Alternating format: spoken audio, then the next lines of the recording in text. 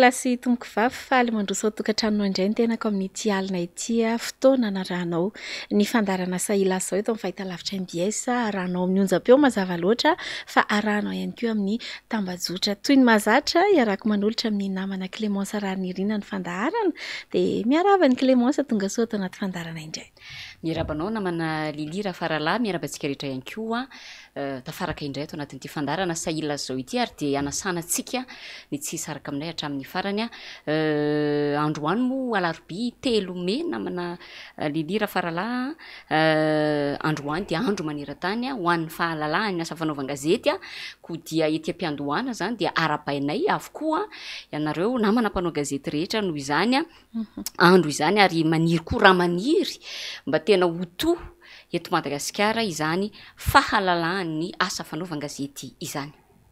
Fa andro miavaka ihany koa ty androandroany ity Clémence Rarinirina andro fitsingerenan'ny taona nahaterahan'ny Ramatoa Lalao Ravalomanana antsoiny maro hoe Neny moa dia izay ato anatin'ny fandarana saila zao dia mitondra ny teny fiarabana manokana anao amin'izao fotoana lehibe izao mirary soa be dehibe mirary ny fitahian'Andriamanitra ho anao zay Neny Lalao Ravalomanana ho lavandro iainana fa indrindra mirary fahombiazana ihany koa amin'ny adidy sy andraikitra rehetra sahaninao ngeza be ao anatin'izany ny adidy ho an'ny firenena miandry anareo ny fanohananao ny président Marc Ravalomanana izay tena andraikitra goavana tokoa ary asa fanompoana firenena izany ka dia atambatra miravavo amboara izany firarian-tsoa atolotra ho anao manokana amin'ity alarobia 3 May taona 2024 ity.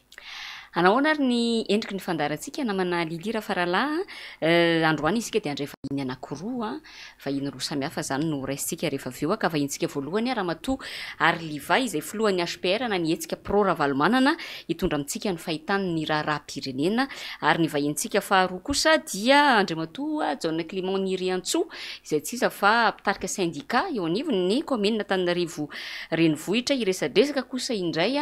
mahakasika ireo olana izay sedrain'ny mpiasa ao anatin'izany commune izany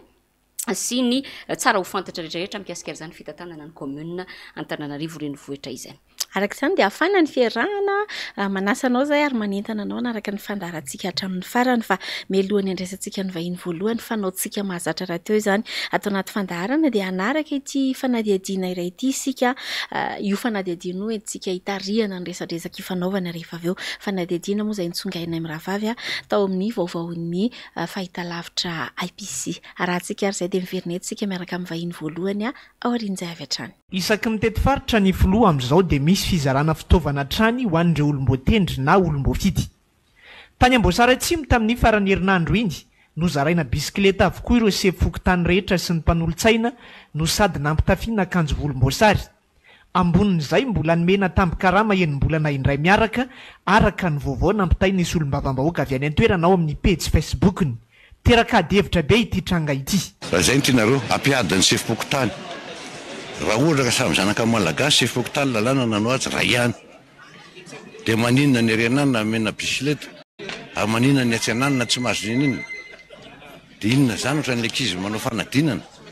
Mena bisikileta lasa ady zany satria lasa rankinina ao amin'ilay fauteuram-pianarana. Tena izy zany dia inona zany ilay sefokotany rehetrarehetra. Fa maninona raha mena bisikileta ilay sefokotany dia nasiana orange daholo ilay akanjo. Kajikajy amin'ny fifidianana ny tena mampiaya amin'ny tranga tahaka izao. Vao tamin'ny herinandro lasy iny no nahazom-baovao fa misy tranga mampiaya famoronana fokotany tsy misy akory any amin'iny faritra Atsimo iny. Andro vitsy taorian'izay no tonga ireto fanomezana avy amin'ny fitondram-panjakana ireto. Eto Antananarivo renivohitra indray misy baiko milatsaka ihany koa hoe tsy mahazo miresaka amin'ny mpanao gazety momba ny raharaham-pifidianana ny sefokotany raha tsy mahazo alalana avy eny amin'ny distrika. Raha ny loharanom-baovao azo androany fokotany maromaro no notetezina androany fa tsy nisy nentina indray ny ray tamin'izy ireo no nilaza mazava fa misy io baiko nomeny io. Tsy maintsy eny amin'ny fokotany ihany no anatanterahana ny fifidianana mbola izay aloha ny voalazan'ny lalàna manan-kery eto amintsika. Mampiay ihany mety ho fisiny ny fiatraikany fizarazarana fitaovana sy ny antony hanomezana baiko ny sefo-pokotany tsy resaka amin'ny mpanao gazety momba ny fifidianana.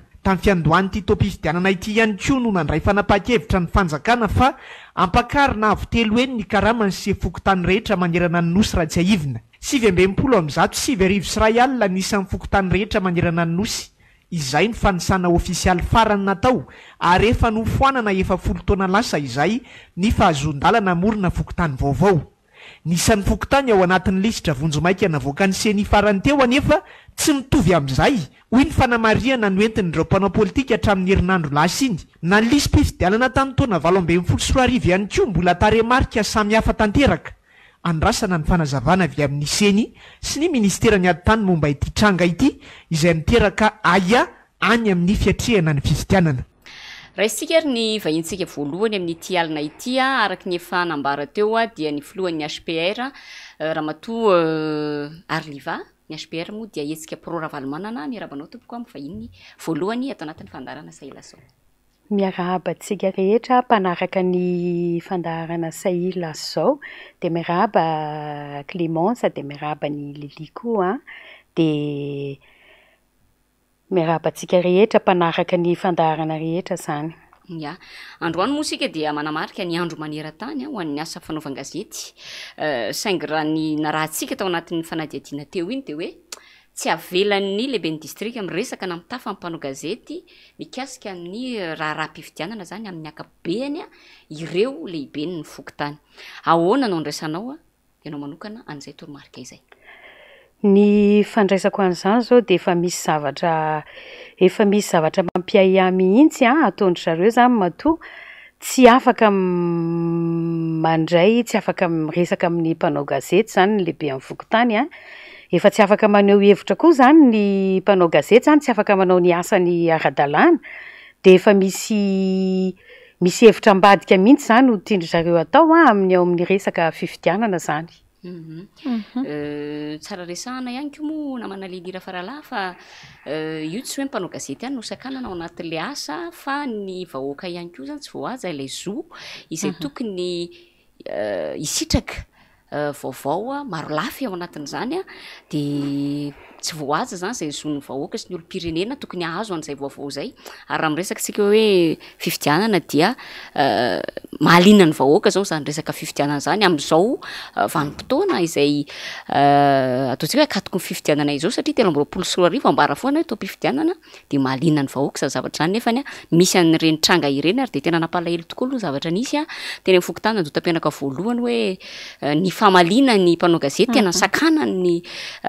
olona tao anatin'ny fokotany izany hoe tompon'andraikitra tao anatin'ny fokotany tsy mahazo maka sary ary dia tena mivatravatra ilay mpiasa tao amin'ny fokotany tamin'izany fotoana dia mampalahelo tokoa ny zavatra misy hoe tonga hatramin'izany fandraisana fanapa-kevitra tahaka izany. Ny zavatra miharihary ao anatin'ny toe-javatra tahaka ireny moa zany dia toa vakiana fotsiny hoe tsy fatoka isan-tena ary fatahorana ny mangarahara amiko tsy matahotra fananana madio ary fantatro ny lanjako hoe hatraiza mafaka mandeha ary izay zavatra izay dia tadio tsara fa ahafahan'ny olona mamaky tsara zany inona zany no afenina ao ambadika ireny zavatra ireny mahatonga ny sakatsakana maro samihafa na tiana na tsy tiana ny zava-misy tahaka izany dia mampitombo foana ny ahiahy. Eo aloha ny ahiahin'ny mpanao politika andaniny fa ny ahiahin'ny olo-pirenena koa ankilany zany mikasika ny hoe mety tsy adio mihitsy ange zany ty fifidianana ity ry izy miravavy ao anatin'izay zavatra izay ary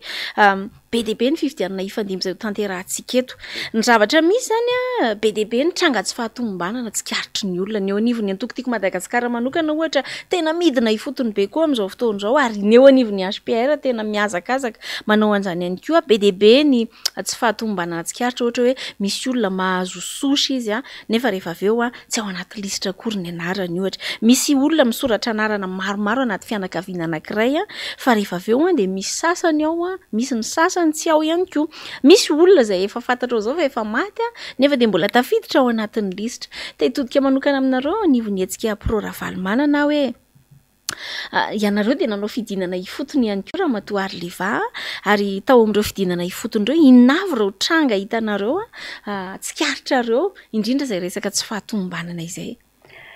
Misaotra amin'izay fanontaniana izay Lili. Tena maro dia maro mihitsy ny zavatra tsy tomombana tamin'ireny lisym-pifidianana ireny efa isaky ny midina ifotony izahay dia maro mihitsy ny olona manantona izay moa zany nitondra olona mihitsy nakany amin'ny vokotany nanara-maso an'ilay lisitra iny.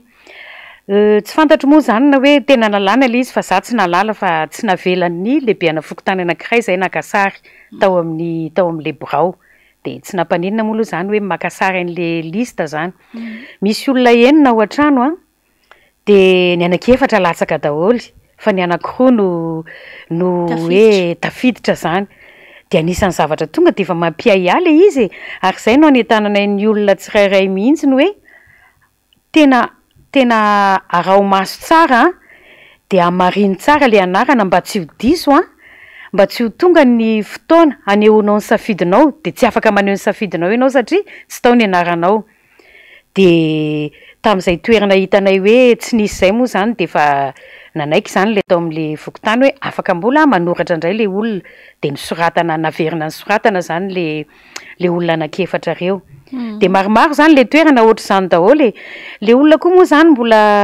ohatrany raha tsy tena hoe entaninao tena entaninao mihitsy tsy mandeha manara-maso an'le izy fa ohatra mionona fotsiny hoe efa ao le anarana satria mety zay koa nga manoteneny lehibe amin'ny vokotany hoe efa ao ny anaranareo fa tsy mionona am'izay fa mila hoe tonga de mijery mihitsy am'le ao anatin'ny listry ny mpifidy mihitsiny ianao zany hoe ao tokoa ve sa tsy ao marina tokoa zany fanetanana zany na manalilira faralahy ary ny fanetanana ihany koa tsy le hoe mijery ao anaty lisitra ihany fa le mijery any anaty tsy le hoe mijery any anaty roy izay alefan'ny seny ihany fa misy koa mantsy le hoe afaka jerenany anatin'ny roy izay alefan'ny seny fa ny tena tsara de izay le hoe midiny fotony mihitsy manamarina ny anarana ny anatin'ny lisitra izay efa misy eny anivon'ny fokotany tsirairay ihany fa ianareo anatin'ny HPR ihany koa Ramatoa Arliva de manao fanetanana ny olom-pirenena te antany hoe inona avy ireo fanetanana izay ataonareo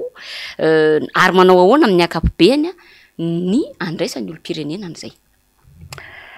ny fanetanana ataonay moa zany de miezaka manentana mihitsy ny tamin'ny voalohany moa zany de le hoe mandeha misoratra anarana de zao moa zany le mijery an'le listry ny mpifidy indray zany le anatin'ny listy mpifidianana de mandeha tsara le fanetanana ary ny olona zany ny olona zany ny ankabeazan'ny olona de efa hitanao mihitsy hoe na mahitanao ary izy de ohatrany efa tonga de falifaly zay manana tsy nanao mibadra koa moa fa vao mahita an'le badra anay misy ny sarin'ny dady iny zany hoay tonga de mety aminay ohatrohatr'izay mihitsy zany le olona ny olona zany tena zavatra tena hitanay ho anahy manokana midina ifotony zao de raha vao hoe resaka hoe mbola resaka hoe dada Ravalomanana de mavitrika ny olona tena mavitrika mihitsy ny olona ary miandrandra zavatra tena miandrandra zavatra mihitsy ny olona misy olona tena hoe sady ohatrany hoe mampalahelo anatin'ny amamona le olona zay manana vidéo an'izany zay no tena miteny hoe vonjeo zay dada zao sisy zay vonjeo zay dada zao sisy zay dikan'izany zany mangetaeta tena mangetaeta ny fiverenan'ny dada mihitsy ny olom-pirenena zany de ny tena moa zany manentana hoe atao zay anamarinana ny anarana mba afahanareo maneho an'le safidinareo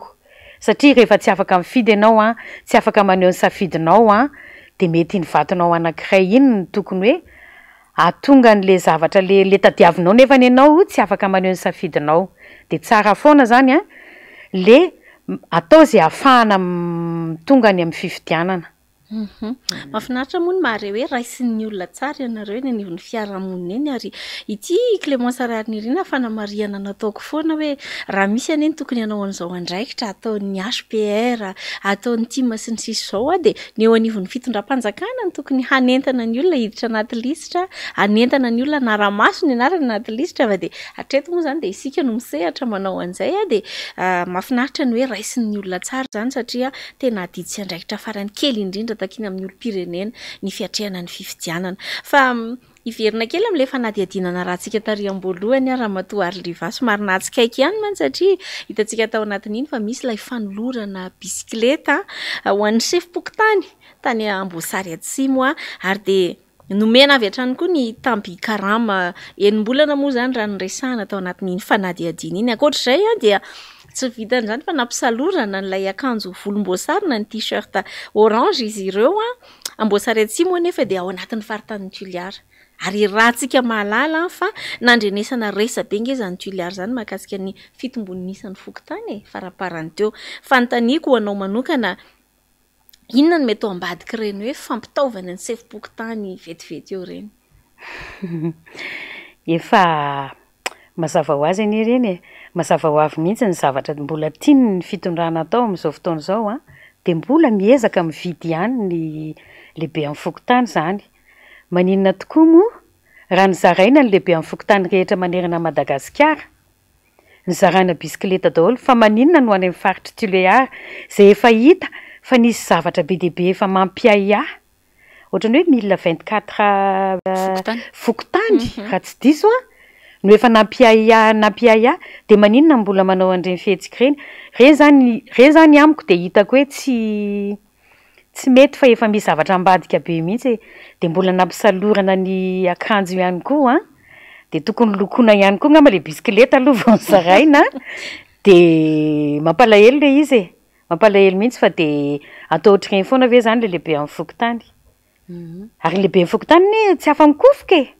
tena tsy afa-mikofoka mihitsy misy lehibe amin'ny fokotany tena niteny taminay mihitsy fa sainge tsy afaka manao inoniny tsy afaka miseho mihitsy izahay io moa tokony ho isan'ny fanamby apetraka ny fitondrana rehetra zay tokony hoe mitantana ny Madagasikara mihitsy zany hoe dépolitisation ny resaka administration fa hita taratra nefany tao anatin'ny zavatra nitranga tany Amboasaretsiny iny fa dia tena hoe aseho ny fitondrana zany fa tena tsy mirarahana zany izy fa ny asa zany zay tiany dia zay ataony daholo hoe tiany ampitondraina loko orange ampisalorana loko orange ny sefokotany dia ampisalorana loko orange ny olom-boatendry sasany aza moa dia tsy voatery hoe tenenina hoe misalora loko orange fa dia misarotra loko orange fotsiny ao anatin'ilay fomba fiteny foana le hoe misolelaka te iseho eo anatrehan'ny mpitondra sy ny repitantana moa zany hoe zahay tena mbola manara-diso ny sisa nefa dia tena isan'ny fanitsakitsahana lalàna ireny zavatra misy ireny ary averiko ihany nyteneniko teo hoe tokony ho isan'ny fanamby apetraky ny fitondrana mihitsy ty resaka dépolitisation ny resaka administration ity fa dia mbola mampalahelo moa fa dia ireny ihany ny zavatra hitatsika miresaka le bisikileta moa tsika teo dia mibetsaka zao mametraka fanontaniana na tambajotra tserasera sao dia le bisikileta 10,000 sy iray alina natokana ho amin'ny mpampianatra sy ny mpianatra izay nomena fanomezana avy any ivelany avy any Inde reny omena zarazarainy reny tsy fantatra moa zany fa tsisy fanazavana fa dia ho hitantsika eo ihany ny toy mikasika an'ity resaka ity miresaka an'izay ihany ianao dia ohatrany hoe tsy hoe mamerina fa tsaroko zay mihitsy hoa le talenta le hoe misarotra ny tsy any tena mety mbola hiditra amin'izany moa tsika tsy aoriana kely fa io koa nge le resaka be tamin'ilay tetikasa ankizy krismasy voriana daholo ny zazakely nefa izy io dia tetikasa ao anatin'ilay Samaritan Purse zay tena tsy avy amin'ilay fitondram-panjakana mihitsy ilay zavatra ka izay le teneniko hoe inona re zany tsy teny aho hoe manao randrana tsy manendriky ny tena hoe sa hoe misalotra ny vanginy nefa tsy fantatro inona ny teny enti milaza azy fa mampanaby aza resaka nyresantsika teo zay tokoa hoe raha zavatra atolotra ho an'ny hafa no destiné ho ana olo-kafa no afindranao amin'ny hafa angalana administration mba ho any amin'ny lafiny misy anao everiko fa tsy mazava zany ary tsy mahitsy velively engany aloha mba tsy ho le bisikileta reny engany io ihany koa fanamarian'ny olona na tambajotra tserasera dia hoe ny lehibe ny district omena 4 ny bentanana omena moto sy fokotany zany zao omena bisikileta fa ny vahoaka omena vary misy kary zay zany ny atao hoe sangisangy zary-tenany tenen'ny mponina zany le kerakera tambajotra tserasera amin'izao fotoana zao hoe mimena arakaraka ny fidinana zany ity fanomezana izay omena ny mpitondra fanjakana ity ka rehefa tonga any amin'ny vahoaka izy dia vary misy recantoni sisa zany no tonga eny amin'ny vahoaka hijanona amin'izay lafiny politika izay hatrantsika ramatoa Arliva marobe ireo mitaky ny hoe tokony hirsoana ny anatanterahana ny fifidianana zany hoe satria araka ny tenentsika tery am-piandohan'ny fandaharana dia hoe be dia be miandrandra fa atao mpifidianana ny taona 2024 zay raha teo ny voasoratra ao anatin'ny lalàna mba handaminana an'izay dia misy maromaro no miantso fikaonandom-pirenena hoe tokony atao aloha ny fionan'ny hery velona rehetra hery politika rehetra andaminana ny resaka tontolo ny fifidianana ity ny afafaka amin'ny raha teo fa nampiseho ny fahavodinoana nitarika an'izany fa etsy andaniny dia misy ny ankolafy mbola vitsivitsy izy aloha hatreto mitaky indray hoe aleo asiana teteza mita fa tsy voalamina atao anatin'ity fepitoana kely faraparany hita hitondrany ny mpitondra kehitriny ity resaka fifidianana ity manahoana indray kosa ny position anareo HPR mikasika an'izay aiza ho aiza misy anareo zany ny HPR aloha dia mazava ho azy ny HPR tsy mitaky teteza mita izany mihitsiny fa tsy maintsy amin'le resaka fifidianana ihany natao vavoahantsika ny HPR mantsy dia ho azavaiko kely mihitsy ny HPR fa ny HPR dia manaraka zay toromarika lazainy dada indrindraindrindra tsy mivoana mihitsiny tena tsy mivoana mihitsy izy fikambanana maleo teny izy tsy hoe miankina amin'iza na amin'iza fa manaraka ny toromarika zay lazainy dada izany ihany koa no mahatonga anay tsy maintsy hoe tsy mety mihitsy zany fa tsy maintsy eo amin'le fifidianana ihany no tokony hoe imasony ny fikoanando pirenena koa zany de tokony ilaina tena ilaina mihitsy andaminana tokony andaminana mandeha mirosy makany amin'ny fifidianana tsy mety amintsika intsony anie zany resaka teteza mihitsy zany efa mahantra tena efa tsika nefa tena tafalatsaka mihitsy efa tena mahantra daholo le gasy de raha mbola hiditra teteza mihita indray de ahoana de ny olona matavy mahazo vola eo ihany mihitatra ihany ny fitondrana mihitatra ihany fa ny gasy manahoana fa aleo foana zany ny HPR zany de maniry mihitsy ny roson'ny fifidianana zay mahatonga anay manao fidinana ifotony mba manentana ny olona anara-maso ny anarana sy ny lisym-pifidianana mba hahafahana manao an'le fifidianana madio sy mangarahara ivadika kely eny amin'ny anteny mera-pirenena eny indray satria nanomboka omaly ny fivoriana ara-potoana ny anteny mera-pirenena zany ny zatra nanaitra tao anatin'izy ity de hoe sambany hoe nanatrika izany fivoriana izany solitenan'ireo maso ivo izay miasa sy monina eto Madagasikara maromaro nanaitra be le izy omaly manokana ny solombavam-bahoaka Todosoa dia nilaza fa mamenatra zany hoe izy ary ny teny mihitsy izy hoe manara-maso izy ireo zany satria misy ny tsy fahaiza mitantana izay ataony eo anivony mpanatanteraka ho anareo HPR indray midika inona ho anareo ny fahatongavan'ireto mpiara-miombona antoka Madagasikara reto izay hoe tena miatrika ny fivoriana eo anivony anteny mera-pirenena ireto tena enatra be ho an'ny fitondrana zany ny fahatongavan'ny zareo teo satria zareo nilaza hoe nasaina izy fa mino afa tsy nasaina izy fa mety teo tonga eo mihitsy izy anara-maso ny tsy fahaizana mitantana hatramin'izay mpiara-miombona antoka izy de mampiara-miombona antoka azy de tsy maintsy hijery izy aloha ny fandehany rehetra hoe ahoana marina ny fandehany zavatra rehetra fa ny tena marina de enatra be iny tena enatra mihitsy enatra ny fahatongavany teo ary amin'ny lafindray resana foana moa hoe ny enimpolo isanjato mahery raha tsy tenenana hoe fitopolo isanjato akory ary amin'ny fampiasam-bola eto Madagasikara de mbola heterantsika amin'ireo mpiara-miombona antoka avy any ivelan'ireo de ny fahatongavany ireny solitena ny maso ivo izay tonga teny manteha mera-pirenena omaly ireny de fa midika zavatra be dia be ary na tsy niloaka ary vavan'izy ireo hoe tsy niresaka tamin'ny mpanao gazety sy ny sisa dia efa midika zavatra be dia be ary mino marimarina fa tsy maintsy niteraka resa be teo amin'ireo mpanatanteraka ny fisiny ireny maso ivo izay tonga teo ireny ary tsy maintsy nisy ny fanontaniana zao tany ambadimbadika tany hoe izavy le tonga de iza ihany koa ny tsy tonga satria raha mifantatra de hoe ny anankiroa ny tsy tonga teo toy ny solitena maso ivo amin'ny frantsay ny any frantsa ny anankiray de tsy tadidiko ny anankiray fa ny akamaroany reo solitena maso ivo vahiny zany dia tonga avokoa tao amin'ity fanokafana ny fivoriana ara-potoany anteny mera-pirenena ity iombonako moa ny fanehon-kevitra nataony député Todosoa izy mirahavavy miteny an'le hoe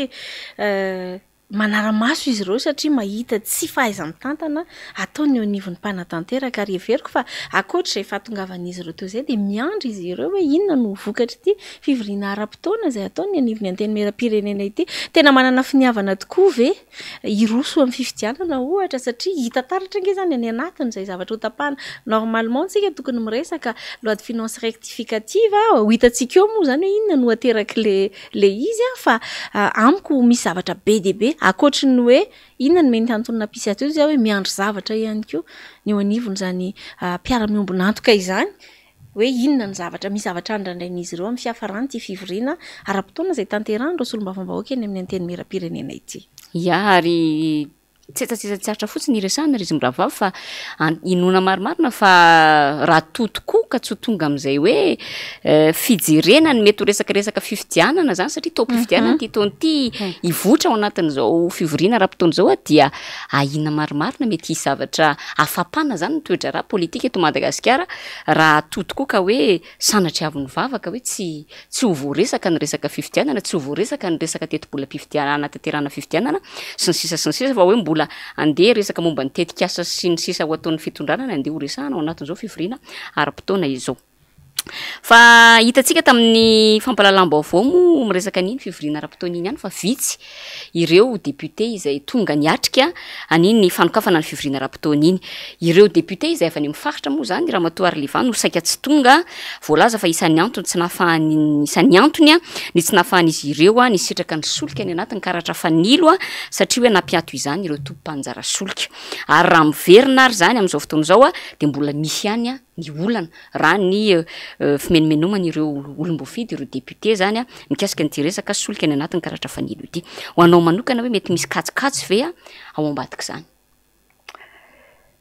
Mety misy mihitsy, tena misy kajikajy mihitsy ambadika izany, mba tsy hahatongavan'ireo maro aneo ny heviny angambany, dia mety misy kajikajy mihitsy ka, mety misy kajikajy ataon'zareo mihitsy tsy hahafahan'le solombavam-bahoaka ho tonga natrika an'le fivoriana zany. Ny zava-misy mantsy dia izao hoe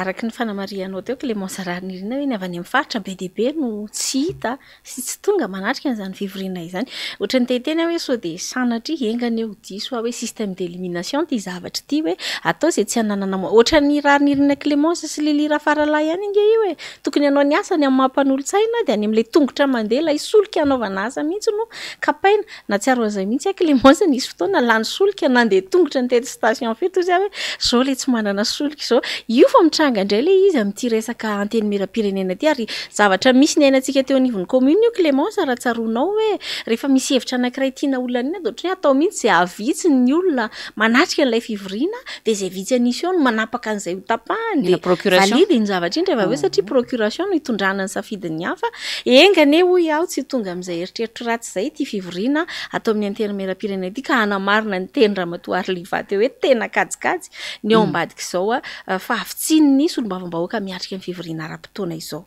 Izy koa moa fantatra ihany fa azo atao tsara ny azo ny fitondrana natao nanao dérogation ohatra na dia misy aza ny fanapa-kevitra izay ndraisin'ireo tompo-panjara solika hoe tsy mandray tsony andreny karatra fanilo reny mandra-pahatonga ny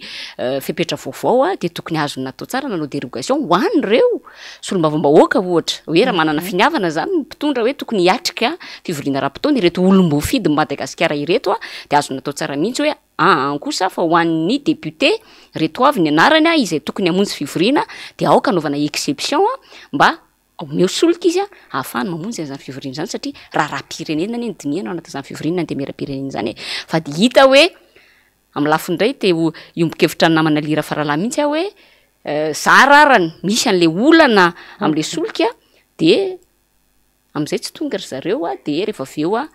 sanatry avovava tokoa ho tonga amin'izay fifidianana par procuration zay dia moramora no mifehy an'ilay olona satria efa tsy mahatoky itsony ihany koa an'ilay député taoriana an'ireny resaka motion de censure farany teo hoe fantatritsika tsara fa 5-1 ireo nanao ny fitsim-pahapitokisana ny gouvernement tamin'izany fotoana dia mety efa tsy mipetraka intsony ilay fitokisana eo amin'ny rotota dia zara raha misy an'izay mba ialana ilany ao anatin'izay. Misy tsara mantsy ilay hevitra teo hoe tokony mba nijerena tsirairay hoe iza siza nomena dérogation manokana ahafahana mazo an'izay fa engany tsy ho tonga amin'ny hoe sao dia hoe iza siza ny tsy tiana hanatrika an'ity satria avy ary sy avary. Fantatrareo ny ao ambadika izay kajikajy rehetrarehetra satria efa mizarazara be ny loko raha ny eo anivon'ny anteny mera-pirenena manokana ny resahantsika dia mazava loatra fa miamioripaka ny tsy fahatokisa-tena ho an'eo anivon'ny mpitantana sy ny mpanatanteraka dia kajikajy sy tombatombana avokoa izany resantsika izany fa dia ho hitantsika eo moa satria amin'ny rahampitso alakamisy izany no voalaza fa hivoahan'ny ladinika rehetra mandritra nyity fivorian'ny anteny mera-pirenena ity ry izy mirahavavy fa ny resaka n'ilay solika sy ilay karatra fanilo sika teo dia resahana ihany koa hoe olona ny famatsiana solika ihany koa hatreto no voalaza fa ao ambadiky ny fahatapahan-jiro matetika izay miseho amin'ny toerana be dia be sy ny faritra maro namana Clémence ny taraina mafy mihitsy ny victime n'izany tamin'ity androany ity alohan'ny andinana ny fandaharana inona no mahatonga n'ilay fanjakana hoe tsy mety mahavà mihitsy ilay olona ny délestage efa efatra taona sy tapany izao ary be dia be ny lokalokana atao tamin'ny resaka herinaratra fa ho anao manokana inona ny tena antony mahatonga ny fitondram-panjakana tsy mety ahita vahaolana amin'izy ity? Tsy mety mahita vahaolana izy satria efa tsy afaka mamaha an'ilay olana mihitsy. Be dia be ny fampanantenana natao tamin'ny JIRAMA io araka ny fiteninao teo hoe efa taona sy tapany izay efa ifarana ihany ny mandaha fa nakaiza aiza le lokaloka le hoe rehefa tonga eo de andeha tsara ny jiramaantsika fa miany azy ao vao maiziny tatoato zany tena misy adiny 4 adiny 9 tapakandro manindritra tsisy jiro amin'ny faritra be deaibe mihitsy fa tsy mba hoe amin'ny toerana anankiray fa efa tsy voafehany intsony ary tsy voafehany tsy voafehany fitondrana intsony io resaka jirama io tsy vitantsony io miresaka kely vaovao malaza isika ry izy miravavy isan'ny vaovao malaza zao miresaka an'izany olona ny délestage zany tsika fa ny resaka fiakaran'ny vidin'entana amin'ny ankapobeny moa de efa tsy resahana tsony ianao raha teo renim-pianakaviana mino fa tsapanao tsara ihany koa zany isan'ny menomenoa ny vahoaka ny fotony ity resaka vidim-piainana izay tsy mety voafehy tsy mety voavaha ity fa de miakatra foana ny mpiarony zony mpanjifa moa indraindray to hita ihany miakatra eny amin'ny anao manjery fa tsy de hita ny tabataba firy ohatry ny teo aloha intsony fa de tsy fantatra hoe ndeha atao indrana le teny mpanao politika iray ve hoe on ne parle pas la bouche pleine ve le izy sa hoe ahoana fa zay aloha zany hita amin'izao fotoana zao hoe lasa ohatrany hoe miady rery le vahoaka manoloana an'izay fa etsy andaniny eo anatrehan'izay olan'izay de ny mpitondra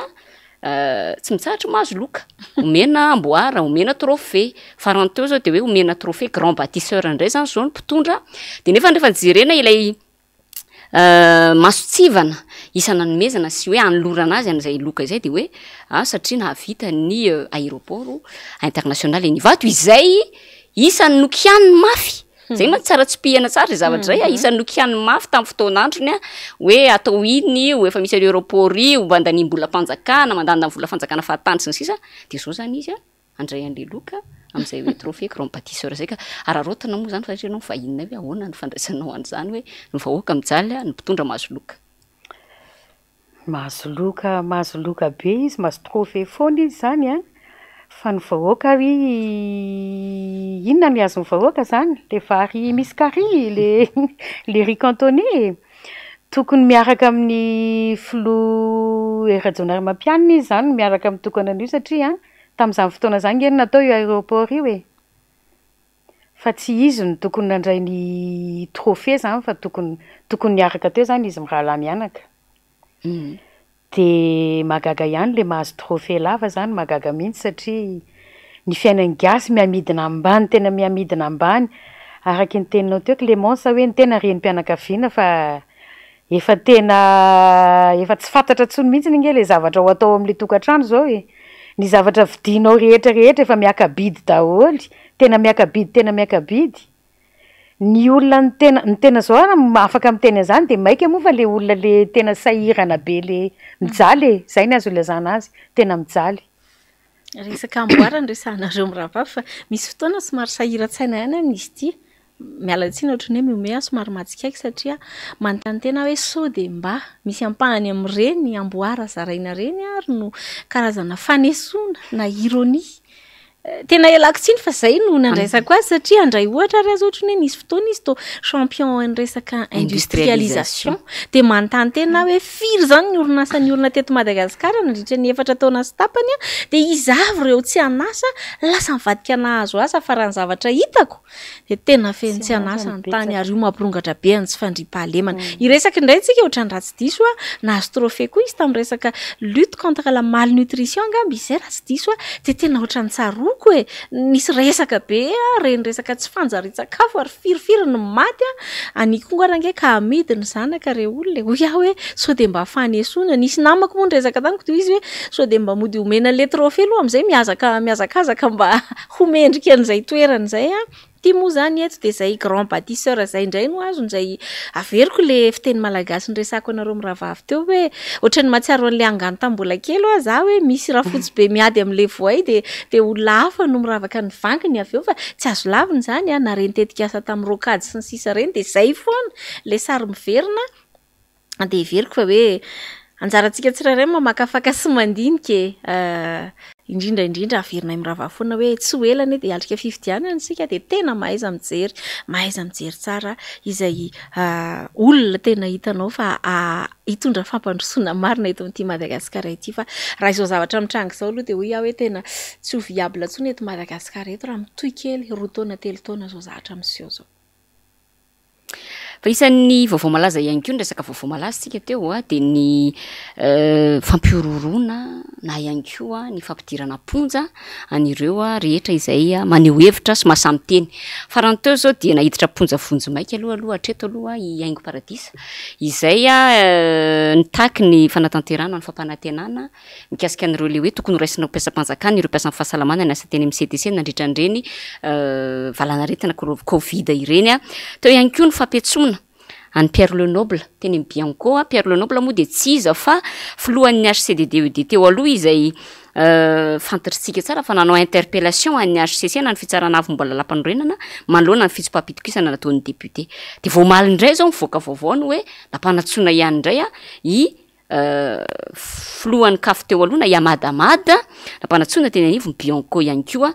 de lazaina fa hoe nanao fanaparam-pahefana zany tamin'ny fotoanandro nitantanan'ny ministera antsono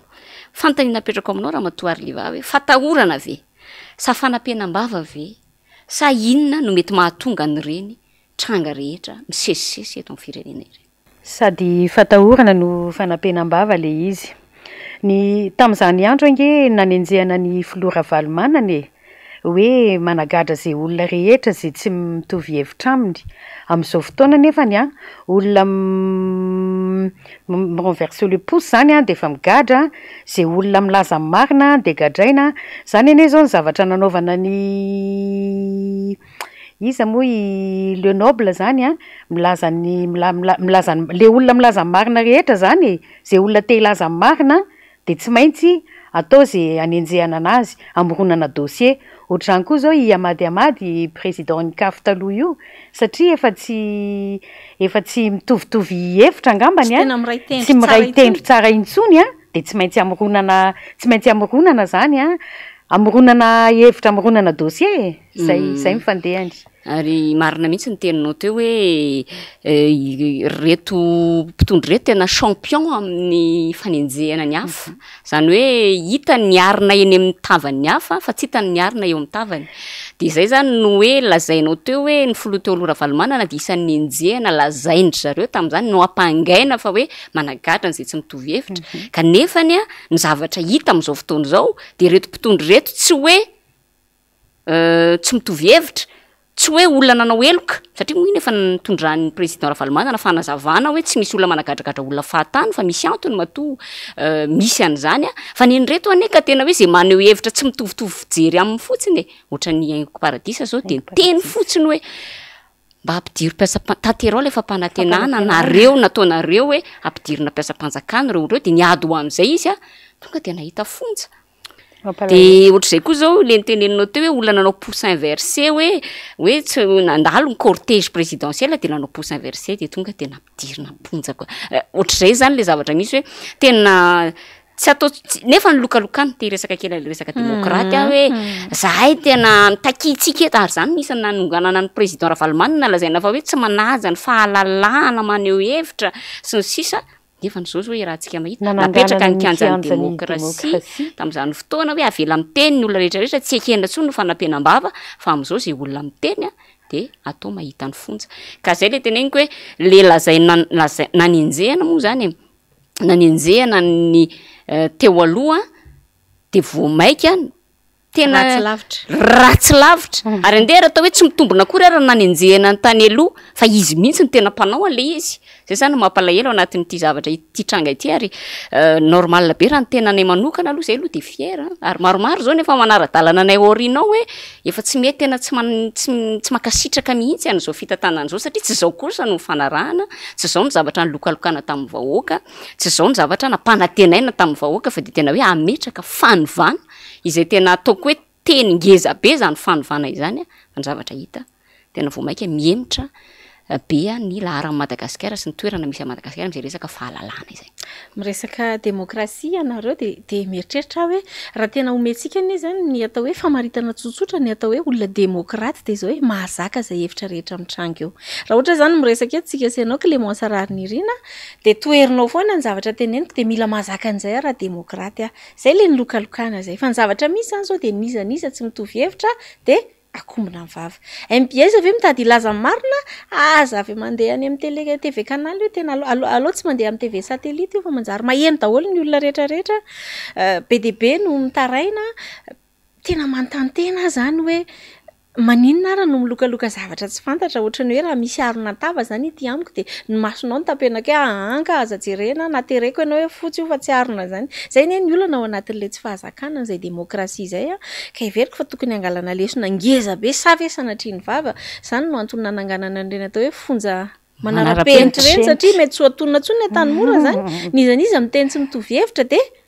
gagazo iny tanora mamperitreritra ihany zany fa hoanina na iza isehatra eo amin'ny lafiny politika rapitso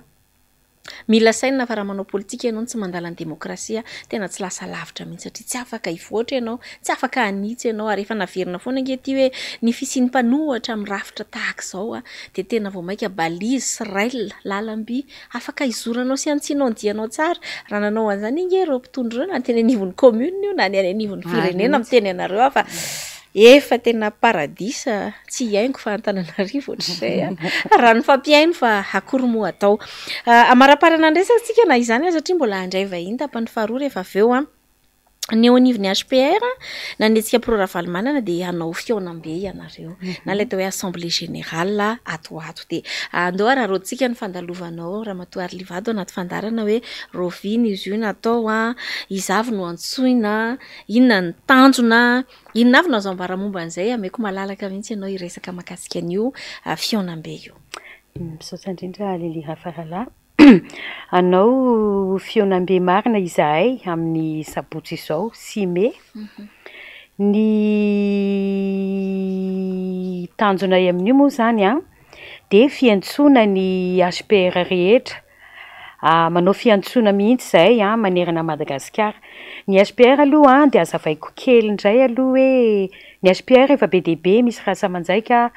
betsaka mihitsy manerana Madagasikara ohatra hoe HPR Tamatave, HPR Diego, Morondava, Fort Dauphin. Betsaka zany manerana ny faritany enina zany de efa misy anay daholy. De ny HPR koa moa zany neto Antananarivo fotsiny de mizara zanabondrina 900. Ohatra hoe zanabondrina Antsinananarivo, Atsimondrano, Avaradrano, ohatr'izany. De manainga an'ireo mpikambana rehetra ireo zany izahay ho tonga amin'io fotoana io mbola anazavazavana ihany koa ny zavatra efa vita sy ny zavatra mbola ho atao mbola eo amin'le manodidididina ny resaka fifidianana ihany zany tsika de ny any amin'ny mifanentanana ny olona ihany amin'io ny mijery ny lisy mpifidianana ny misoratra anarana ny fijerevana ny lisy mpifidianana moa zao de ohatra ny farana amin'ny 6 mai io raha tsy diso fa ny fisoratana anarana mbola hatramin'ny 31 mai zany de mbola manentana ny olona ihany de amin'io fotoana io zany mbola miantso ihany koa zay olona te hiditra amin'ny HPR zany mpikambana te hiaraka amin'ny HPR zany de mahazo tonga daholo amin'io de ny zanabondrina sy ny rehetra moa zany de efa mahazo filazana daholo mihitsy mba ho avy koa amin'io fotoana io amin'ny asabotsy 9 mai zany manomboka amin'ny 10 ora maraina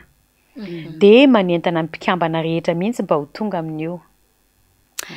Mankasitraka anao Ramatoa Arliva nitondra an'izay fanehoan-kevitra maro samihafa tato anatin'ny fandarana Saila zao izay tamin'ity alina ity ianao moa dia ampatsiahivina fa filohan'ny HPR na ny hetsika proravalymanana dia antenaina ny mbola ivahiniananao amin'ny manaraka indray ato anatin'ny fandarana. De mankasitraka anao koa Clémence de misaotra indrindra Lili Rafarala de eto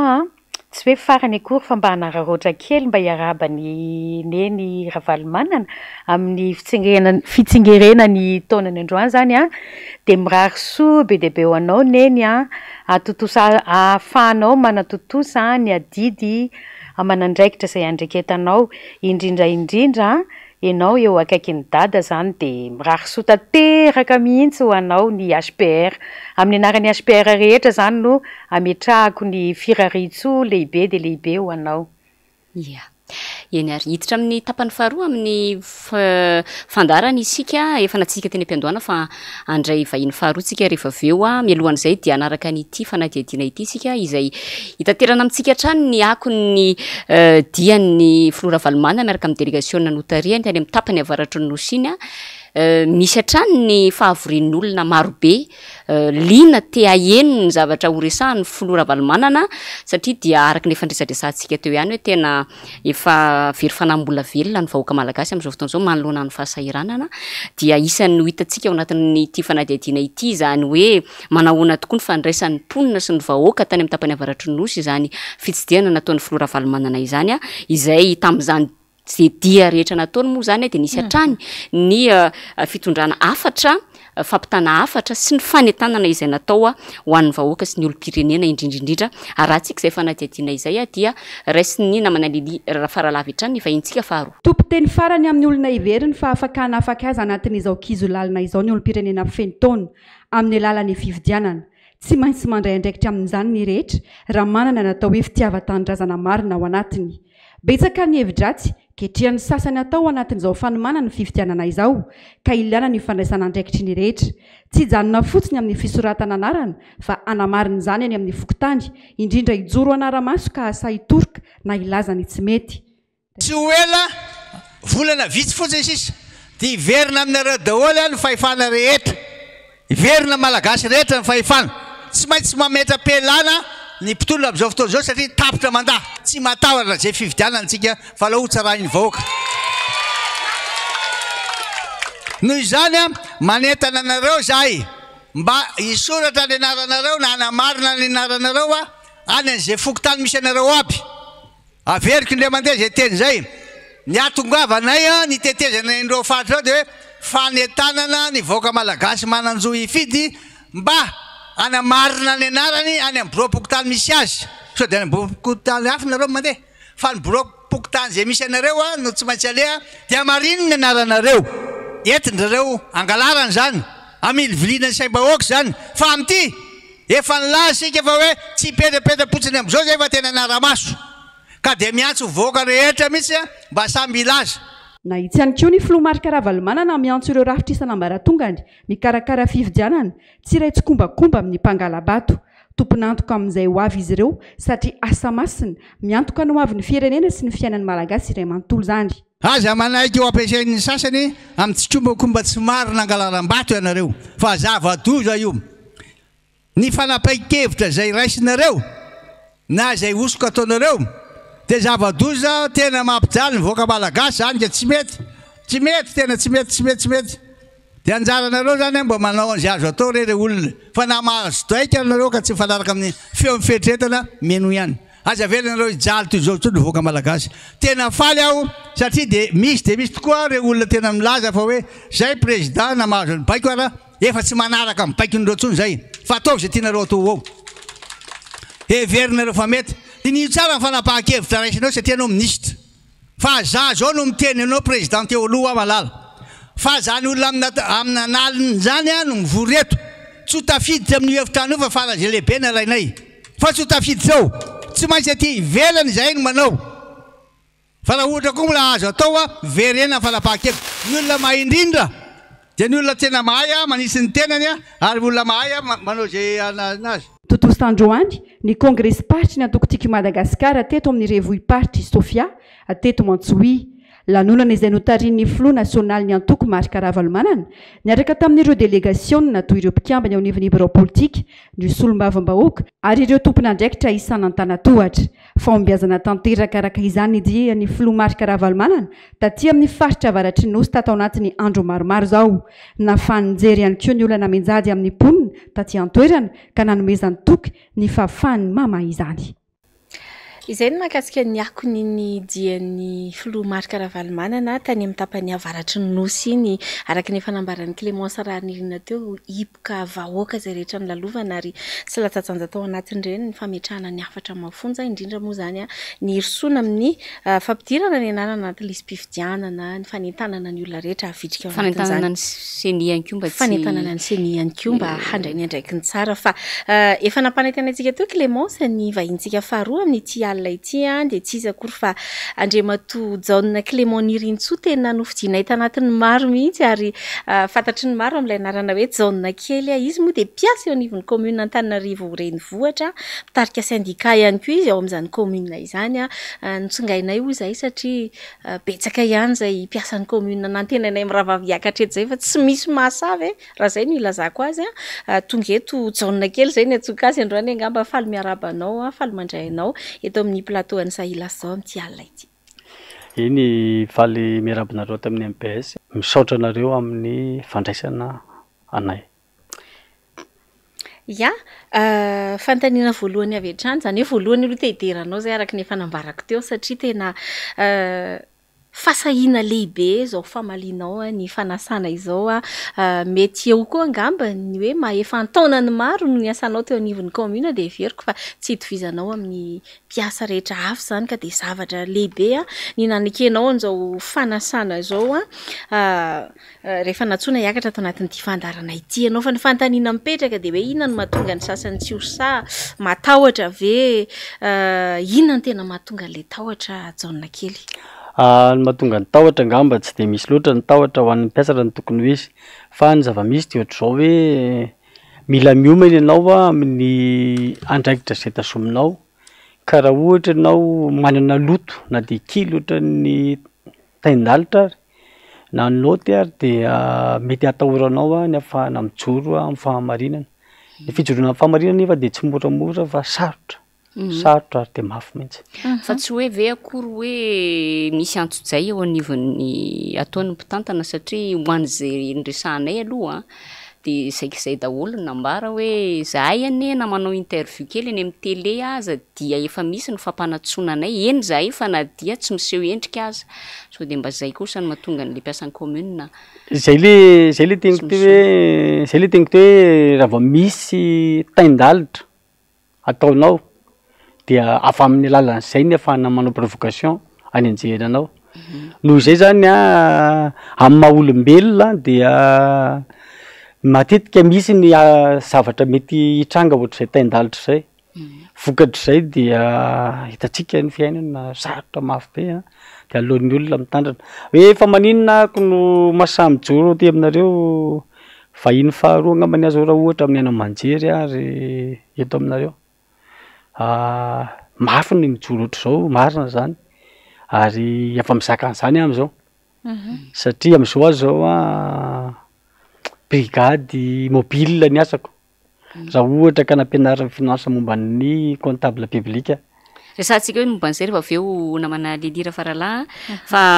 ny vaovao ihany koa farany eo anivon'ny commune zao ny reanay aloha dia hoe tara indray ny karama. Ary ny fanamariana ataon'ny mpiasa dia hoe tara foana ny karamanay eo anivon'ny commune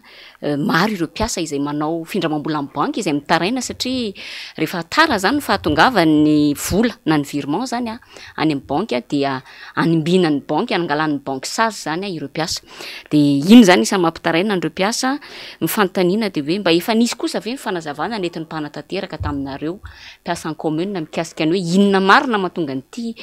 karama hotara lava ity satria raha izay mpanorotsaina manokana dia efa mampafantatra foana zao nisy fotoana niona tamin'ny DGF hoe mba manova ezaka re tompoko fa tena mitaraina ny mpiasa fa dia hatramin'izao aloha zany dia tara io foana ny karama Jaune kely. Maliko azy fitiniko fofoy manome ohatra anankiroa fotsiny mba ahafahana manasava azy tsara. Ohatra voalohany tamin'ny andron'ny Giolira Zanamasy na Rakotovoandriatiny dia afa mpiasan'ny commune ako. Ary tamin'ny andron'ny Rajoel koa dia mpiasan'ny commune tsy teneniko ny ankoatr'izay fa izay ohatra roa izay ihany. Ohatra voalohany tamin'ny andron'ny Zanamasy io palais des sports io dia toerana anankiray nampanofain'ny commune amin'ny école privée anisan'ny vola miditra zany ho an'ny commune. Nataon'ny fanjakana nefa izy tamin'izany fotoana izany ka rehefa vita dia lasa ny tafita ny vola miditra. Tonga indray tamin'ny andron'ny Rajoel Bedrana Antananarivo dia io Atsonjombe io dia fananan'ny commune. Fa amin'izao izy zao tsy vola miditra ao amin'ny commune fa lasa vola mivoaka tsy fanta zany hoe namakaiza namakaiza. Izay zavatra izay zany no anisany aloha indisy anankiray tsy hananan'ny commune vola fa mitohy izay fanaovana zavatra izay mety ho apetrakanareo fanontaniana rehefa avy eo izy fa zao miandro hoany aloha zany ho anareo mpiasan'ny commune lasa tamin'ray teo a ny virement lasa tamin'ray teo a satria tsy amby 15 millions teo izy omaly feno izy tamin'ray na de tsy miasa any amin'ny trésor rako a dia mahafantatra tsara satria taony ny sako ary haiko tsara momba ny ao amin'ny trésor public fa ny bon de caisse am'izao za miteny zao aloha raha mifahafantarako azy mbola tsy misy ny tompony andraikitry ny commune nefa mba natoro-kevitra ihany manao hoe rehefa mba misy tara ohatr' zao ny karama de mba metsoa ianareo de mitenena amin'ny aino aman-jery manana radio any commune tenena de mba hazavao ampiasa hoe zao mifantarany commune nareo roa koa moa eto conseil municipal afaka miresaka amiko tsara faniriko fa te hiresaka aminareo ohatr' zao hatram'izay satria tiako hiresaka ny syndicat sy ny conseil municipal mba ahafahana mijery iny any anaovantsika satria ny vola miditra ao amin'ny commune zany am'izao fotoana zao de memiena fa na izany zany ny zava-bitany tamin'ny andron-drazana masy na tamin'ny andron-drajoely nareo ihany ho any alaiko ohatra fa tsy resaka mera be da be satria ny tany zany de avy aniasa tena tsy vitan'le olona am'izao ianao manokana Andriamatoa Jaona Clément nanana raharaha zay nandalo teny Villa-Kefim-Panjakana na ny conseil d'état ary ianao mihitsy no nitory ny commune urbaine Antananarivo ary tamin'ny fotoana nandehanany raharahanay raharahan'ny mpitatitra moa zany reo anivon'ny taxi tao amin'nivon'ny sy ny commune Antananarivo teny amin'ny rafi-pitsarana io no nahitana an'izany resaka mahakasika anao sy ny commune urbaine Antananarivo zany inona le olana de mifantaniko hoe tsy voavahan'ny fifampiresahana mihitsy ve zany no tonga any amin'ilay rafi-pitsarana tahaka izao ny resaka mahakasika anareo olana tsotra kely ny olana tamin'iny fitsarana hitanareo tany iny tsy tany afa ny avocat nalefako tany iny avao nakavocat fa efa niady tamin'ny commune talohany iny za no mitorony commune amin'ny SMCD any amin'ny tribunal administratif mbola za koa no mitorony commune any amin'ny Bianco amin'ny resaka SMCD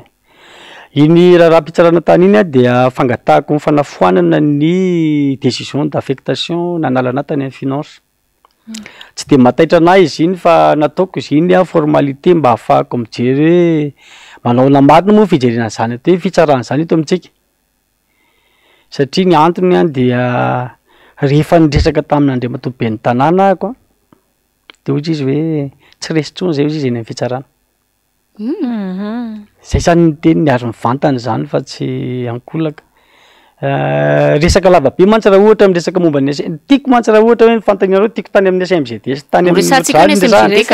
fa satria lasa misy miteny mivoaka miditra mantsy satria zay fantanareo zay mantsy efa dépasse le fitoriana tany amin'ilay anankiray tsy de manaitra anahy izy iny tsy naresy tany amin'ny suspendu fa ny annulation mbola tsy fantatro ny valiny tsy haiko moa roviana vao ataony fitsarana ya fa tsy ianao rery koa nefa no ndeha ataontsika hoe mpiasa manana olana tamin'ny mpitantana satria ianao zao teo no nyteny hoe nanao fitoriana maromaro nisy koa ireo mpiasa hafa izay nisy nitory fa nisy koa nitorian'ny mpitantana fantatra aza moa fa nisy mpiasa nidoboka ponjavonjy mainka mihitsy tamin'ny taondasy izy iny raha tsy diso fa efa mivoaka moa izy zao am'izao fotoana zao te antany hoe sanatria ve mitovy amin'ny fandraisana ny mpanolotsaina ihany ny fitantananareo mpiasan'ny commune ka hoe rehefa miteny na maneho hevitra na milaza ny marina na mitsikera dia toriana ny mahasamihafatsika nareo mpanolotsaina sy ny syndicat de anankiray ianareo politique direct fa ny syndicat dia hoe miaro zay mantsy ny tsain'ny mpampiasa tsain'ny mpampiasa ary mila ampianarina eto Madagasikara zay hoe ny syndicat zany de miaro ny toeram-piasana aloha zay vao miaro ny mpiasa zay vao miaro ny mpampiasa samy arovana daholo zany reo olona anankitelo reo zavatra anankitelo reo fa aty amintsika de mieritreritra foana ny mpampiasa manao hoe miady amin'ny mpampiasa ka ny olana mitranga matetika ny zavatra hitako amin'ny commune am'izao fotoana zao de zao raha zavatra tokony azo resahana sy ifampiresahana amin'ny resaka lalàna momba ny code de travail de hiazaka zahana any amin'ny fitsarana zay ny eferan'izy roa lahy reny ny syndicat autonome moa mantsy no niantoka avocat izy reny za manana syndicat ilalaina sy tanjona ny anarany any syndicat amin'ny commune anankiroa misy le SMCAR de misy ny hoe syndicat autonome mazako ny retsotsona Clément président syndicat autonome izay ny ady andreny satria ny antony akizy nandeha ny pipi ny voaka no nampitazona ny etikety tamina olona eo avela teny amin'ny arabe zany sy mivola no tsonga de ny samborona fa hoe nangalatra nanao kolokolo nanao détournement fitantanam-bola zay moa nezaka nanazava tany amin'ny fitsarana hoe tsy mety io au lieu de saiko hogadrainy reny olona reny saiko hogadraina 24 mois saika natao ferme zany fa rehefa tena nitotona tany zany zay hoe tena tsy mety io amin'ny syndicat mety mivoaka zavatra avy io satria ny vice président syndicat mantsy fianakavian'ny mpitondra vice président nay anabavin'ny président de la république de ndresaka tany zay tao hoe tsy mety hoe mamono olona io de rehefa nitotonana tany moa zany lizy de iny lasa surse le sasa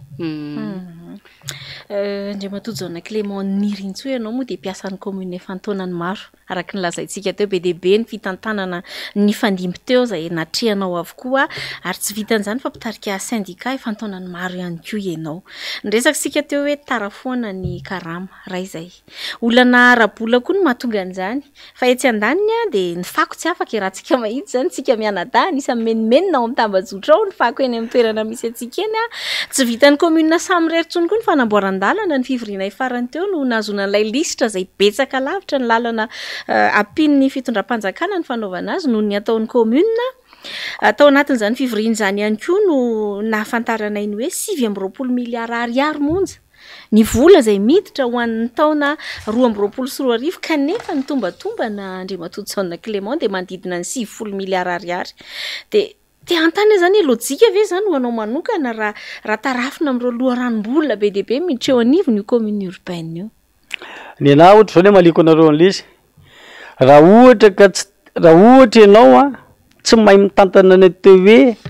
commune de tokony tsy manao zany fa tokony hoe hainao no mitantana azy ny amin'izao mantsy ny fahitako azy de zao nozaraina tamina sehatra samihafa ny fitantanana ny commune ohatra hoe nalaitsika ny samby vady nomena ny SMA indray rehefa aveo de aveo ny SMA manakirama olona hafa tsy maintsy makatombona izy ny vola miditra avy amin'iny resako anareo vava fotsiny fa zao 3 milliards ny bénéfice-tsika amin'ny vola avy any amin'ny Jirama tamin'ny fotoana 2000 angamba izay na 2000 tany hoany 3 milliards zany hoe reny poto mipetraka eny amin'ny arabe tsika rehetra reny de andoavan'ny Jirama vola amintsika de ny vidina rano amintsika sy ny vidin'ny jirotsika ampifanalana de zay 3 milliards zay ny reste amen'ny Jirama seka atsika zay taloha zany zay zany zao zany zao iny vola hoan'ny Jirama amen'ny Jirama iny zany tena izy lasany SMA satria izy manala amin'ny fako izy madio ny tatatra zao nefa zavatra hitako eny Akatso ianao mipetraka eny Akatso le piasan'ny RFDO zao lasa mandroka fako makao anaty camion piasan'ny SMA very sa piasan'ny RFDO nakaiza zany le vola tokony anaovana anazy ary zany ny fanontaniana mipetraka faharoa zany tenareo manao hoe no ianao mety tsy mahasa mitantana na tsy mahavita mitantana fa teo lehibe fotsiny de zarazaraina ny asa lasa misy ny SMA misy ny SMGD ndresetiny tsenan'ny commune nareo niteny 30% ny zay le heninareo tany fa ny parking aloha mbola miditra ato amintsika 40% amin'ny vola miditra no alaitsika no amenatsika nomenatsika de 60% anazy 60% anazy zao ndresako anareo ahoana moa ny ilazantsika fa hoe io ny 40% vola miditra ianareo conseil municipal zany tokony afaka manontany monsieur le maire hoe ahoana ny ilazanao monsieur le maire fa io ny 40% vola miditra tia ny taratasy sonia monsieur le maire ty nangatahako tony satria tony le asa nanasorana natao amin'ny asako etre tsara hoe volatsika octobre novembre décembre 2022 9 février vao payena any amin'ny trésor mandeha ve ny comptable amin'izany sa tsy mandeha fa ngatsy tokony ho tapitra tamin'ny décembre ny comptable 2022 vous payez ny SMGT vous payez ny SMGT any amintsika zany hoe ny SMGD zany ny SMGD zany no manangona ny vola raha azoko ny SMGD no manangona ny volan'ny parking satria iny le système manigi parc iny zany efa normal iny fa tsy letsena akory de ny 40% am'le vola azo amin'ny parking eny na ny parking réservé na ny parking tsotra zay no aterina ny zava-misy misy pièce ve afahan'ny trésor manamarina fa tena io marina fa io marina vola tena nampidiriny SMGD sa misy pièce ve namarinareo conseil municipal zay mindraiky tao momba le en finance ndrena moa fa leo am'le bon gouvernance zany efa henoko tsara misy pièce ve milaza fa tsisy kolokolo eo ambadika io ary io no nitoriko any amin'ny Bianco manao hoe tsy ara-dalàna ny SMGD eo anatrehany syndicat autonome ny antony tsotra kely de zao voalohany aloha société anonyme izy faharoa misy appel d'offre ve namezana ny société anonyme io anio asy io nareo no nifidin'ny délibération tao mba tiako marinareo conseil municipal hoe tamin'ny andro namoaranareo ny délibération ve efa nivoaka ve ny registre de commerce ny SMGD zay mantsiny nandefasako tarata za eto manao roroatra rorotiko zao fotoana zao manao hoe mba miantso anareo any amin'ny Bianco mba alefa am'izay fa tena valy vola zay ngamay miantso anareo amin'ny tribunal administratif avoay am'izay ny didim-pitsarana efa nangataka nge za hoe za tsy amaly tsony fa avoay ny didim-pitsarana 3 taona sisa nisako tao amin'ny commune enina amby 3 taona nisako tao amin'ny commune tsy mampaninona na raha ohatra ka hoe diso raha ohatra ka nanao an'io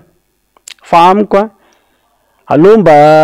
mba hisy frein am'izay zay olona hitondra nyty tanàna Antananarivo ty fa tsy sady tsy afaka ao ny fako tsy vitanao ny lalana tsy voalohanao amin'ny fotoana koa ny karama ny SMGD indray mandray karama aloha ampiasan'ny commune zay zany zao afatra ho an'Andriamatoa préfet de police ono atopoko averiko le taratasy ny sodako tany aminao de averiko tenenina manao hoe mpiasa mpanjakana ave mpiasan'ny commune sa tsy raha ohatra zay tsy mpiasa mpanjakana de manaiky zay fa aorianany 10 de migrevy zay raha ohatra ka tsy voalohany karama fa zay mpiasa mpanjakana maninona mpiasa mpanjakana etra mandray vola le 18 20 fa maninona zay androany zao zay exemple 3 androany vo androany vo naterina any amin'ny banque ny karamanay zay no mahatonga anay hoe ohatra ndrafa alefany ny fanontaniana de tsisy mamaly le izy ohatra koa le any amin'ny tribunal administratif hoe nalefany ny taratasy de tsisy mamaly le izy de zay no mahatonga an'le hoe azagaga nareo raha ohatra ka tsisy zava-pity satria tsisy ahafahana manao contrôle tanteraka ny vola miditra ao amin'ny commune variana mialatsiny tsy hoe mamely anareo roa fa ny mpanao politika zany lasa variana miady amin'ny resaka politika fotsiny fa tsy lasa mijery tena hoe réel hatramin'izay niainako enina amby 3 taona nisako tao amin'ny commune tamin'ny ty taony ty vo nahita an'izany hoe lavaka teo amin'ny vavadin'ny RMA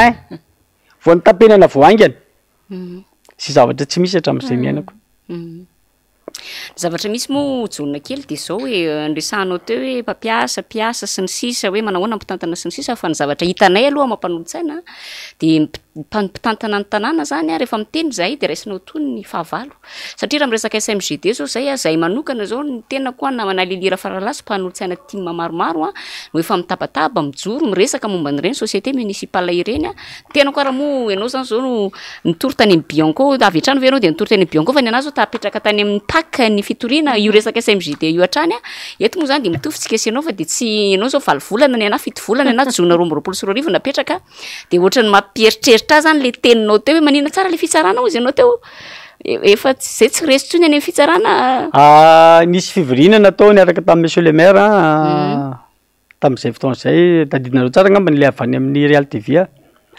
de natsona avy eo tamin'iny satria tsany déclaré tany hoe nandefa taratasy tany amin'ny monsieur le maire tsy niraisina mihitsy tsy mety mandray izy satria zay nanana projet ny syndicat zany zay mantsy ma syndicat manana projet société ny syndicat manao hoe raha tiany ny olana de tiany vahaolana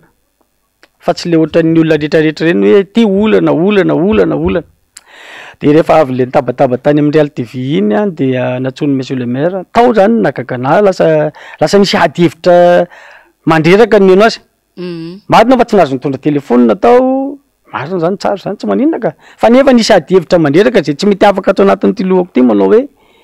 tsy maharesy anay ianareo raha resaka communication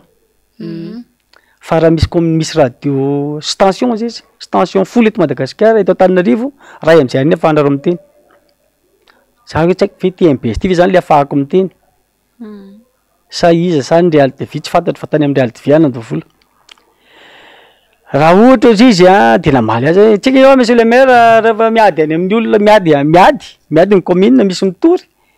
de resy foana tena maly mibe ny tanàna hoe tsy resy tsony zay ozy izy raha misy am'izao ka tsara moa zany zay fantatra fa tsara zany mety zay le izy ary zay no mahatonga an'le hoe efa tamin'ny volana ony fitoriana tany amin'ny tribunal administratif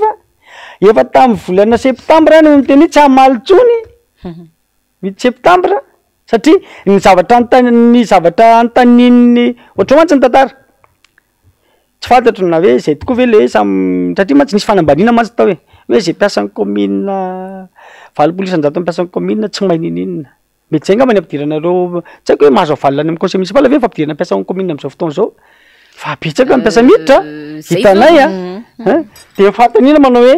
satria ve le zay zany le tsy mahay ninina de mampiditra be da be ny commune am'izao fotoana zao ary le ao am'izay le izy hoe noho izay le tsy mahay ninina ve zany zay no natonga le hoe amenan'ny société privé ny asa ka nasahin'ny tompony andraikitry ny commune manao hoe valopolo isan-jato mpiasan'ny commune tsy de avaram-pianarana CP diplômany mety ho CP daholo tokoa ny diplômany fa rehefa raikitra ny famalina teny fitsarana amin'ny resaka taratasy de mamaly aloha ny adjoint maire de aveo mamaly ndray maire amin'ny fanontaniana faharova tsy le adjoint intsony no mamaly tsy haiko ny anareo raha ohatra zay koa de raha mifarany ny avocat am'izay mamaly avocat mialatsiny madame le avocat vao tonga angamba ny anaranao tsy anona ny anaranao fa aza mialatsiny fa aveo tonga de namaly tam'le taratasy tany fitsarana hoe tsy hamaly tsony aho satria ny fanontaniana nataony itsy ihany naveriny itsy no averiny ito zay ny antony zay ny angatahana manao hoe avainy didy fa tsy maninona raha fa resy zay aroroto kely mialatsiny saotra madame le ministre satria fantatro fa nisy intervention tany madame le ministre finance nanasorana tany afiny tao amin'ny trésor saotra anao nanalana tany fa zao mba angatahako zay tompoko zay lazainy mivava no tanterahany tanana ny fampianarana nampianarana ana de hoe orthodoxe financier no ampiasaina sy ny loi organique financier zany hoe raha izay no ampiasaina de tsy manan-kery ny SMGD eto Madagasikara na iza hiteny na iza ilaza satria zay no nampianarinao anay tany Antsirabe nampianarina an'le solotenanao tany Antsirabe nampianarina momba ny comptable publique nampianarina tsara momba ny CDD fa raha izay no ampiasaina de tsy manan-kery tiany izy hiteny raha tsy hoe nga hoe araka le teny hoe tsy mety resy tsony ny tompony andraikitra tena varina moa zay sy namana lilira farala de tena velany mihitsy ianao mitondra fanazavana hatramin'ny farany eto de mitodika manokana ho anareo mpanolotsaina IRK sy ianareo mpanolotsaina miara-dalana amin'ny be ny tanàna fa tsy izahay eto no miteny fa ny mpiasan'ny commune mino angamba no fa mitsakotsako tsara ianareo am'izao fotoana zao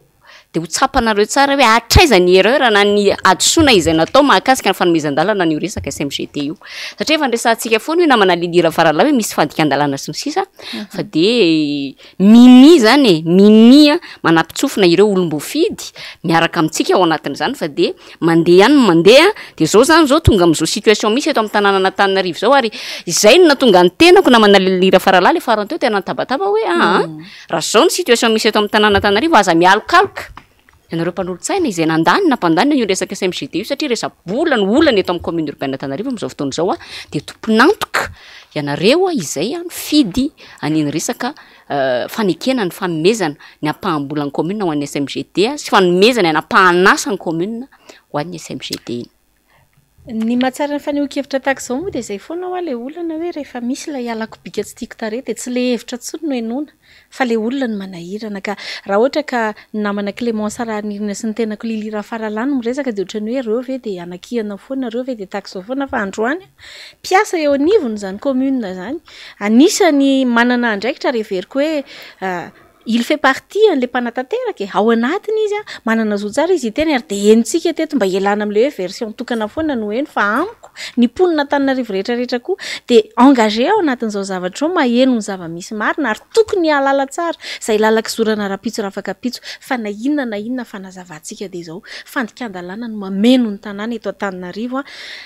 mampalahelo ihany mare an'izany amina tompona andraikitra voalohany eto an-tanàna hoe tsy haharesy any amin'ny communication sy ny fitsarana ianareo kanefa ny tena tiako zao de hoe tsy haharesy ianareo raha mpandroso any Antananarivo fa akory moa atao hifarany ity ny mandat de everiko fa ngeza be azo angalana lesona ny fotoana nahafahany namana John Clément teto anaty fandaharana Clément Saranina indrindra mahakasika an'izay resaka SMGD zay fa de miandro moa zany tsika hoe aiza le didim-pitsarana inona ny toy any hatreto fa de miandro foana hatreto aloha ya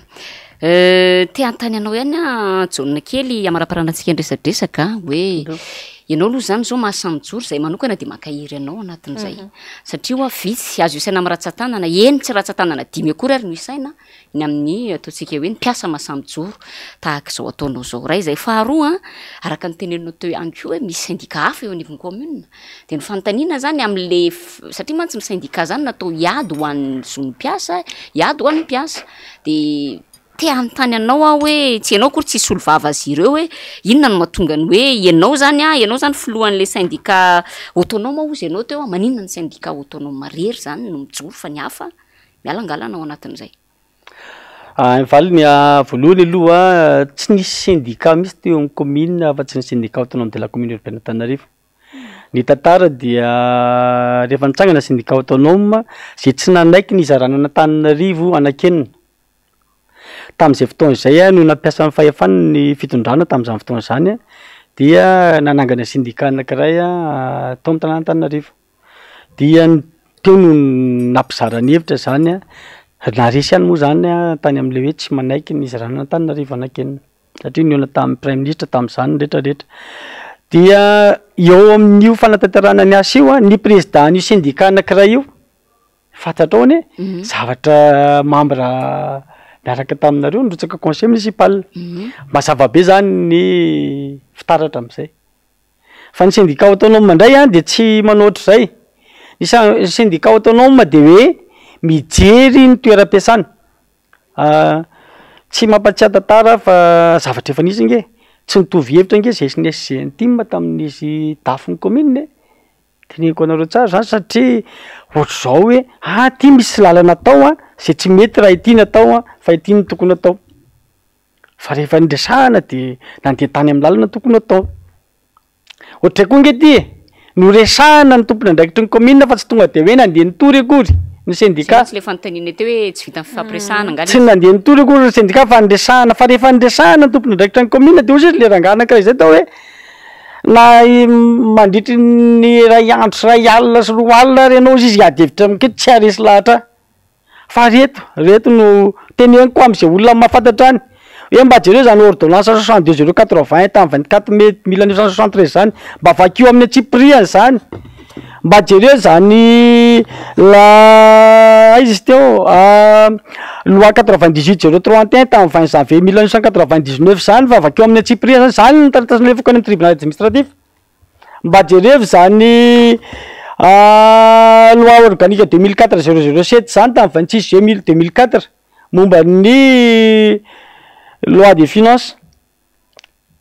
mba jereo zany loi organique 2004/036 zany du 1er octobre 2004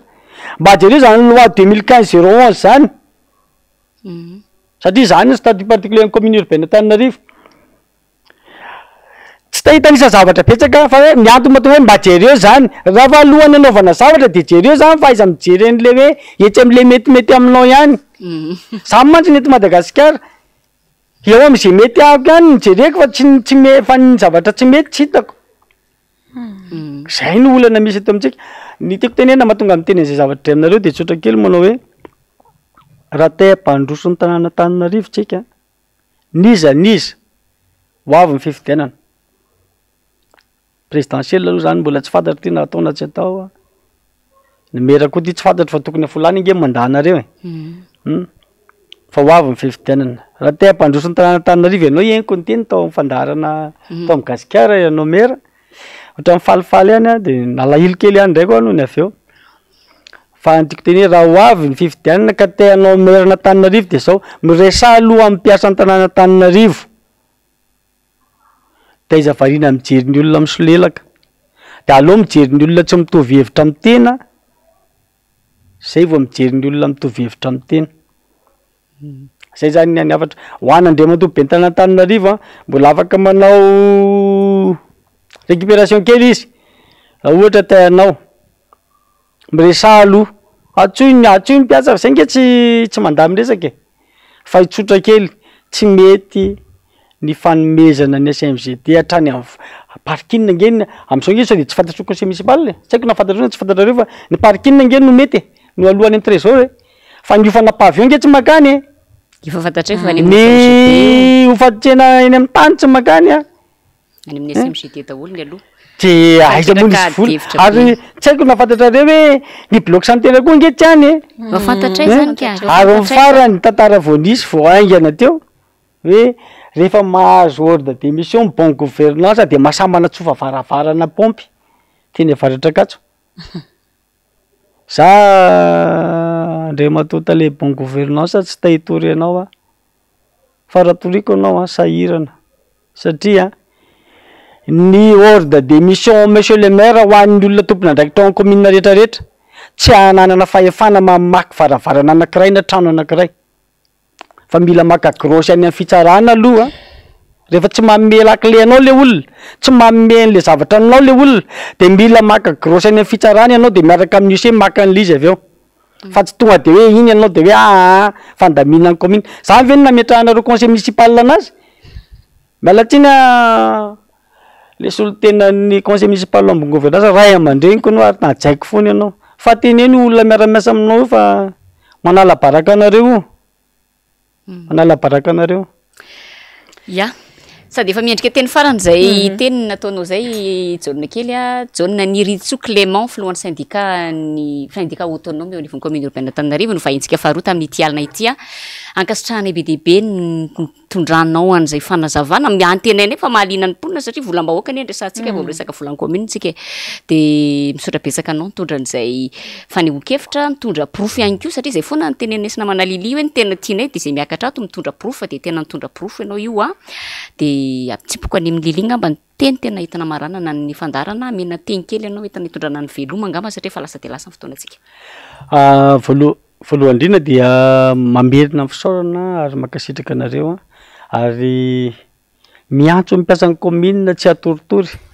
zay moa le teneniko amintsika mpiara-miasa hoe ohatrany voaozina hoa io lapan'ny tanàna io ka zay tompona ndraikitra tady amono antsika mpiasa foana ka de miantso anareo mba tsy atoritory mba samy mitaitra amin'ny latsinaintsika miona alohan'ny mpazako ny tenany amin'nihina manalilira faralahy no kokoa kely ako an'ireo olona zay ray bus tamiko teo fa de nangataka an'izay izy raha vavy ataoko kokoa ianareo mahafantatra tsara ny olona eto amin'ny firenena izy reo rehefa zareo rehefa nisy ny adivitra kely teny ambony bus teny tena matsapa ry zareo fa tsy zao mihitsy ny fanovoanana andraindraina zao zava-misy eto Madagasikara izao dia antenaina fa ndraindraikitra ianareo reny sy ny vahoaka malagasy amin'ny akapobeany satria ho avy ny fifidianana ho avy tsy ela dia misoratanarana anaty lisy mpifidianana arao maso ny anaranao ny anaty lisy mpifidianana antenaina fa nafinaritra antsika nanaraka ny fandarina tamin'ity alina ity nazona lesona BDB ihany koa ary indrindra nanatombony isika ny resaka mahakasika ny commune Antananarivo renivohitra tamin'ny alalan'ny vahintsika faharoa teo zay antenaina fa tsy ho farany ivahinanany ato entanina trany koa ny hoe azotsika atao tsara ny miditra ho vahiny atao anaty fandarana fa ny fepetra de mazava zavatra marina sy misy proof no lazaina satria vahoaka no be azontsika sy ampitaina hafatra ao anatin'ity fandarana ity so namana Clémence fa nyteny teo sao de adiniko ny kopa-tanana kely ho an'ilay reny mpianakaviana namina be tamika teny soavy masoandro teny mankasitraka fa tena voarainy fampahirezanareo anay miravavy de irina moa ny toizany ezaka satria BDB njahatra mbola miandry antsika eto amin'ny tany sy ny firenena mametraka ny mandra-piona ho amin'ny fandarana manaraka misaotra manokana ny faly teo amin'ny lafiny teknika veloma tompoko